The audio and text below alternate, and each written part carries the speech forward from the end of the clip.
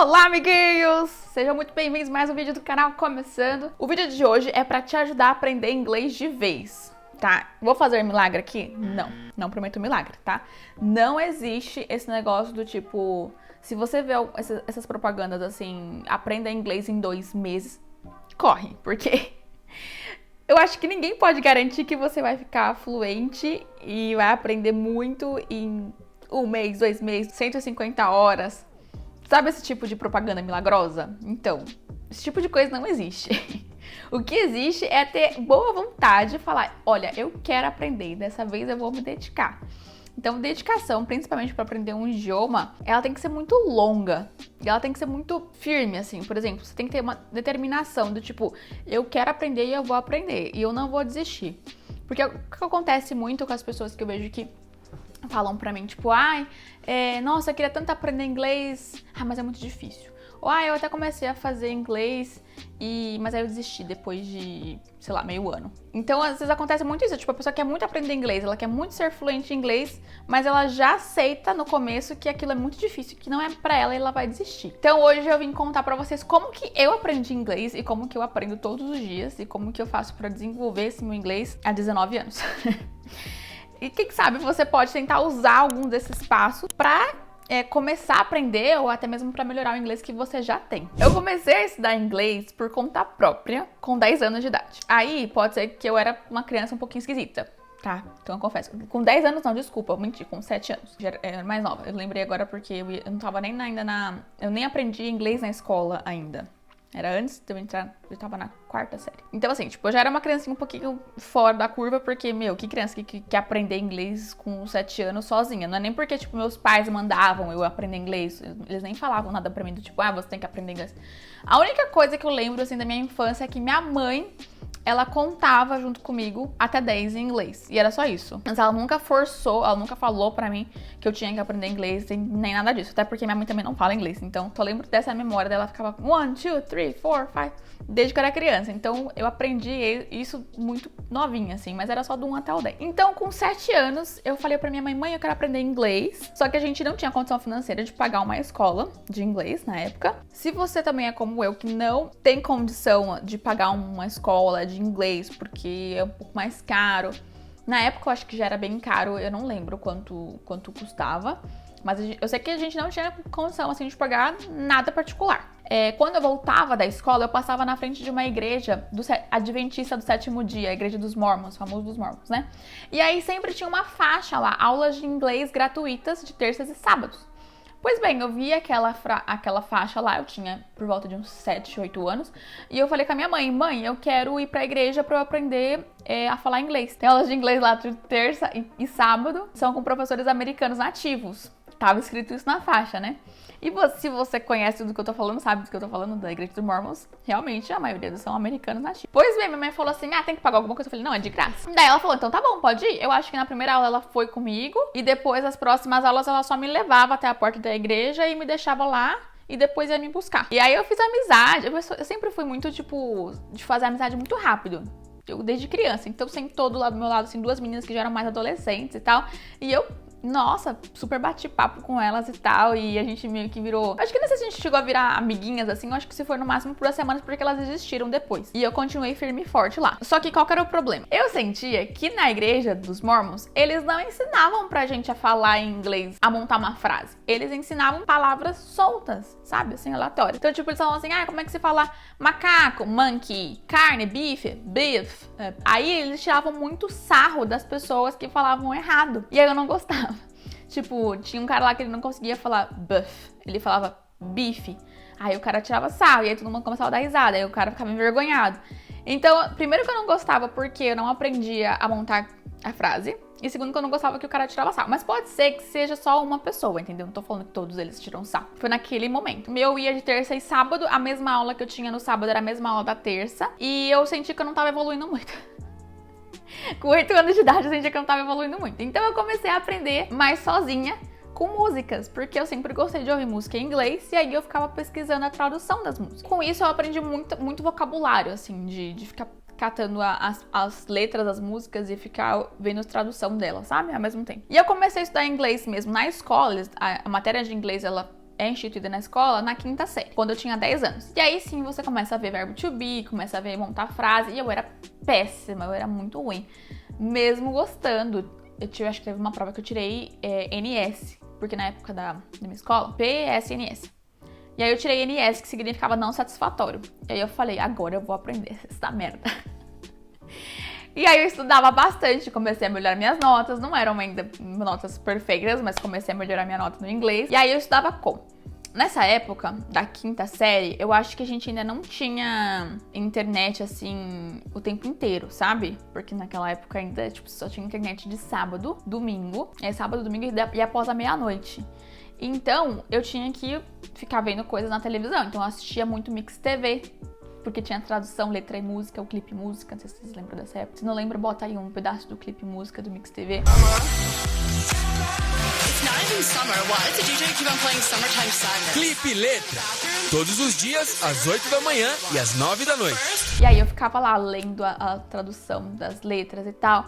E aí eu fui ganhando bastante vocabulário. Até que quando eu completei 15 para 16 anos, eu falei, não, agora eu quero entrar na escola de inglês de verdade. Só que, novamente, eu estava em escola pública e meus pais não tinham dinheiro para me colocar numa escola particular. Essa é a dica de ouro. Se você mora em São Paulo, tá? Não sei, São Paulo cidade. Eu não sei se tem esse tipo de coisa em outras cidades, mas você pode procurar na igreja na cidade de vocês se eles oferecem cursos de inglês, porque tem muita igreja que oferece muito tipo de curso. E lá em São Paulo, mais precisamente no bairro de Interlagos, existe a Escola Técnica Nossa Senhora de Aparecida, que é o FREI. É mais popularmente conhecido como FREI. E aí, o FREI é uma escola técnica para jovens que estão já no ensino médio.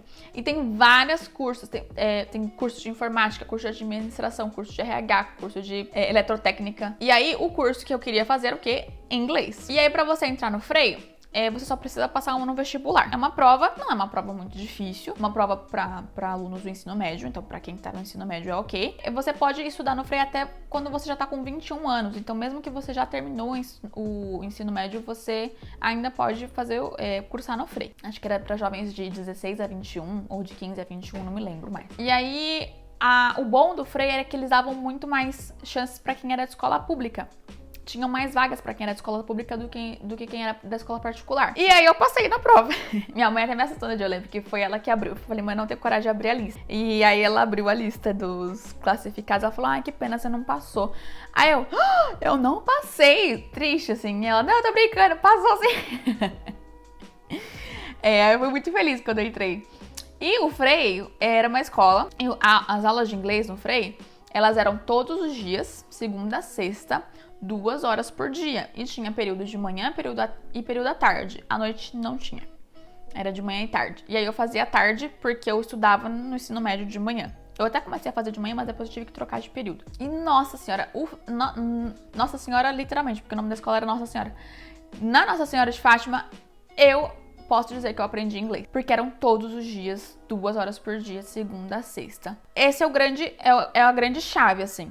Se você quer aprender um idioma novo, não adianta você fazer um curso em que você vai 2 vezes a semana e você só faça a aula naqueles 2 dias da semana.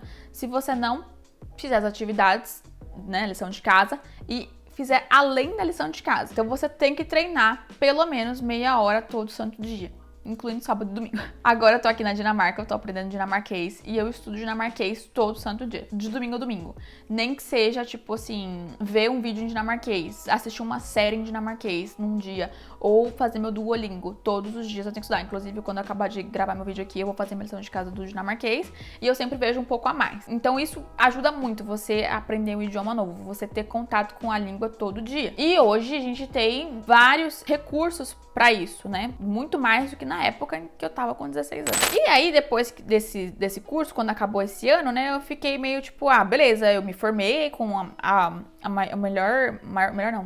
maior nível, né, que era o intermediário 2. Então eu sabia que eu era intermediário 2, mas eu queria ser avançado, mas do mesmo jeito não conseguia pagar curso, até porque eu ainda também tava no ensino médio. Então eu continuei vendo filme legendado, ouvindo música legendada. Nessa época a gente já tinha internet, né, banda larga. Então a gente podia ver filme online, legendado, ou até mesmo meu pai, ele comprava bastante DVD, alugava bastante DVD. Eu não alugava, a gente não alugava, a gente trocava DVD. Tipo, a gente ia trocando com os amigos, assim. Então eu assistia bastante coisa com legenda em inglês, com áudio original. E teve uma época em que, tipo, eu comecei a pensar que eu tava esquecendo, né? Porque você não pratica, depois que acabou meu curso, eu não tava praticando, o que eu comecei a fazer? Eu tinha um diário. E nesse diário, eu passei a escrever em inglês tudo o que tinha acontecido no meu dia. Então, querido diário, hoje, sei lá, fui pra escola, aconteceu isso.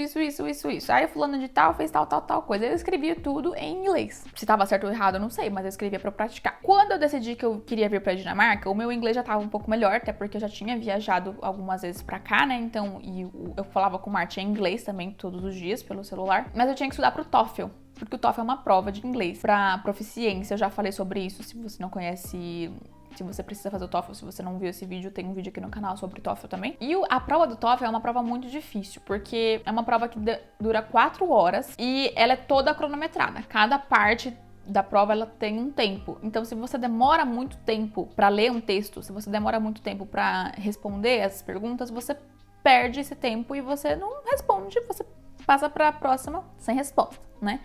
Tanto que eu falei assim, eu não tenho condição de pagar curso pro TOEFL, porque eu tava na residência, até ganhava muito pouco. Eu falei, eu vou estudar sozinha, porque eu já sei um pouco de inglês. Aí o que eu fiz? Uma amiga minha tinha um livro, ela me emprestou esse livro do TOEFL, que tinha até CD e tal.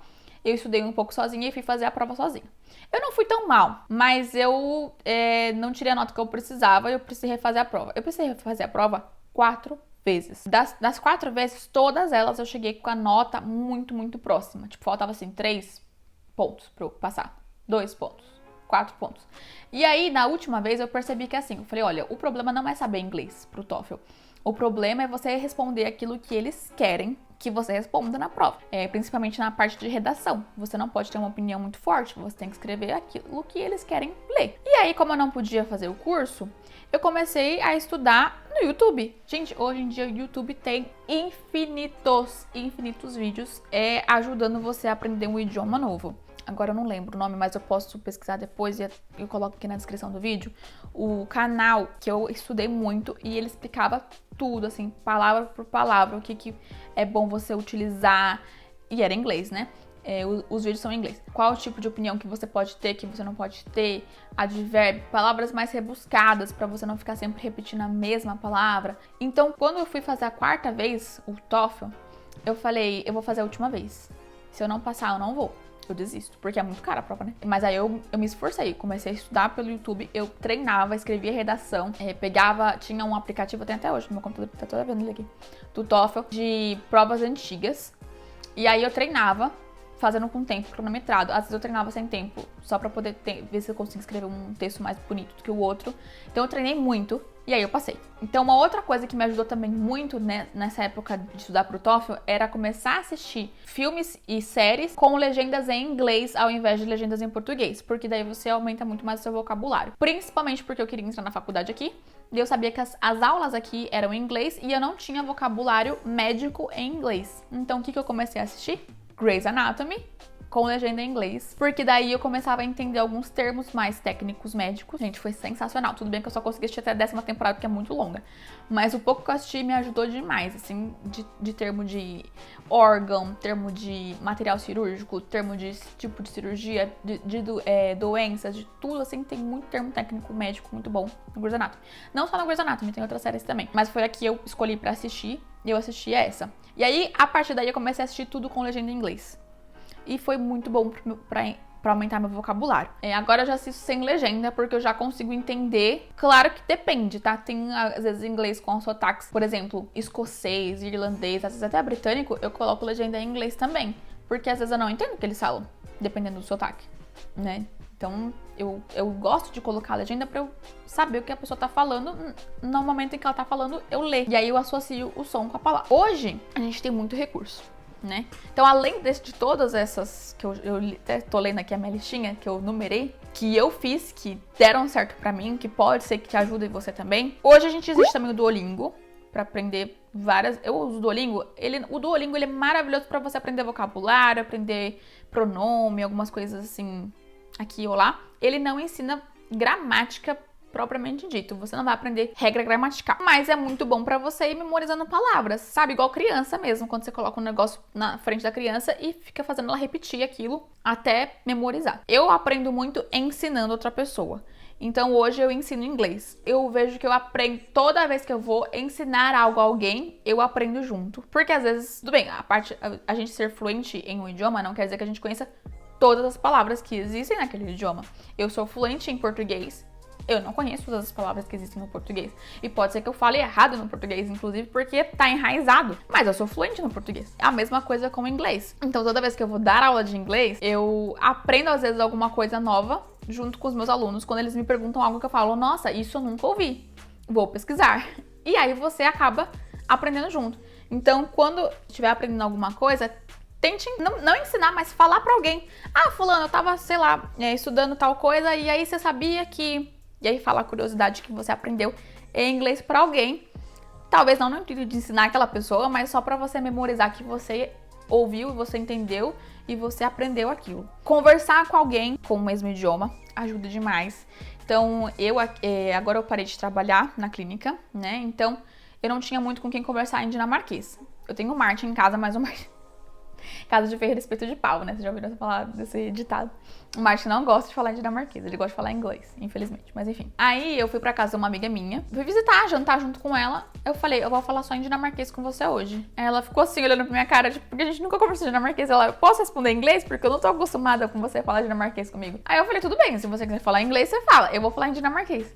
Eu fiquei 2 horas seguidas falando em dinamarquês e eu me impressionei com o quanto eu consegui expressar a minha opinião, expressar aquilo que eu queria falar em dinamarquês. E eu achava que isso não era possível ainda. Então eu fiquei muito feliz. Então toda vez que você conversa com alguém, aquilo que você aprendeu, você percebe que você sabe às vezes mais do que você imagina. E às vezes quando você não tem ninguém pra falar, fale sozinho. Eu falo muito sozinha, em casa. Às vezes eu tô tipo ouvindo um podcast ou alguma coisa assim, daí eu coloco no fone e fico repetindo aquilo em voz alta pra mim, né? Pra mim mesma. E hoje também a gente tem Instagram, diversos influencers. Claro que tem influencer que você tem que ponderar, né? Se a pessoa tá te ajudando ou não. Mas tem diversos Instagrams, eu sigo vários. Posso dar vários exemplos aqui. Teacher David, ele é muito engraçado. A Teacher Paula Gabriela, que é muito engraçada também. Tem a Ninka também, a Ninka é holandesa, mas ela também fala português e ela também fala as coisas em inglês. Tim Explica. O Tim, ele parou de gravar um pouco, né? Não sei, mas ele tem o Tim Explica também, de inglês. Bom, tem diversos que você pode procurar.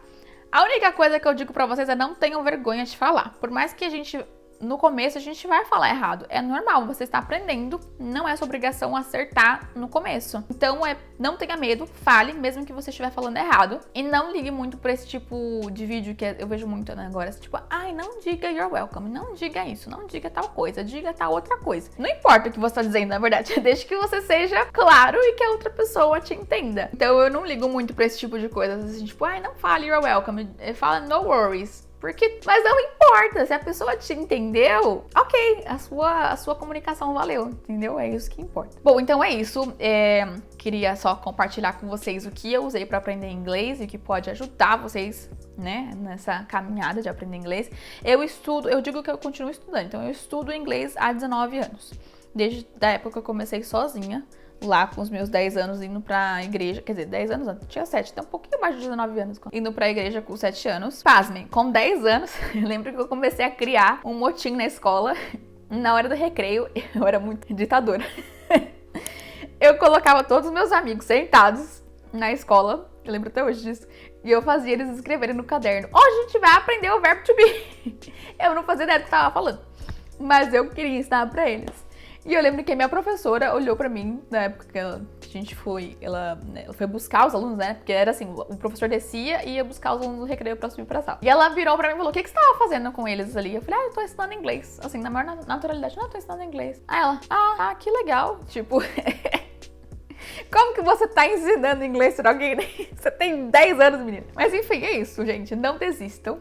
É difícil, não vai cair no colo de vocês. Não adianta você dormir com um livro de inglês embaixo do travesseiro se você não abriu o livro de inglês no dia seguinte pra ler. Então é uma caminhada árdua, porém é muito satisfatório quando você percebe que você aprendeu algo, que você fala, olha, o meu esforço valeu a pena.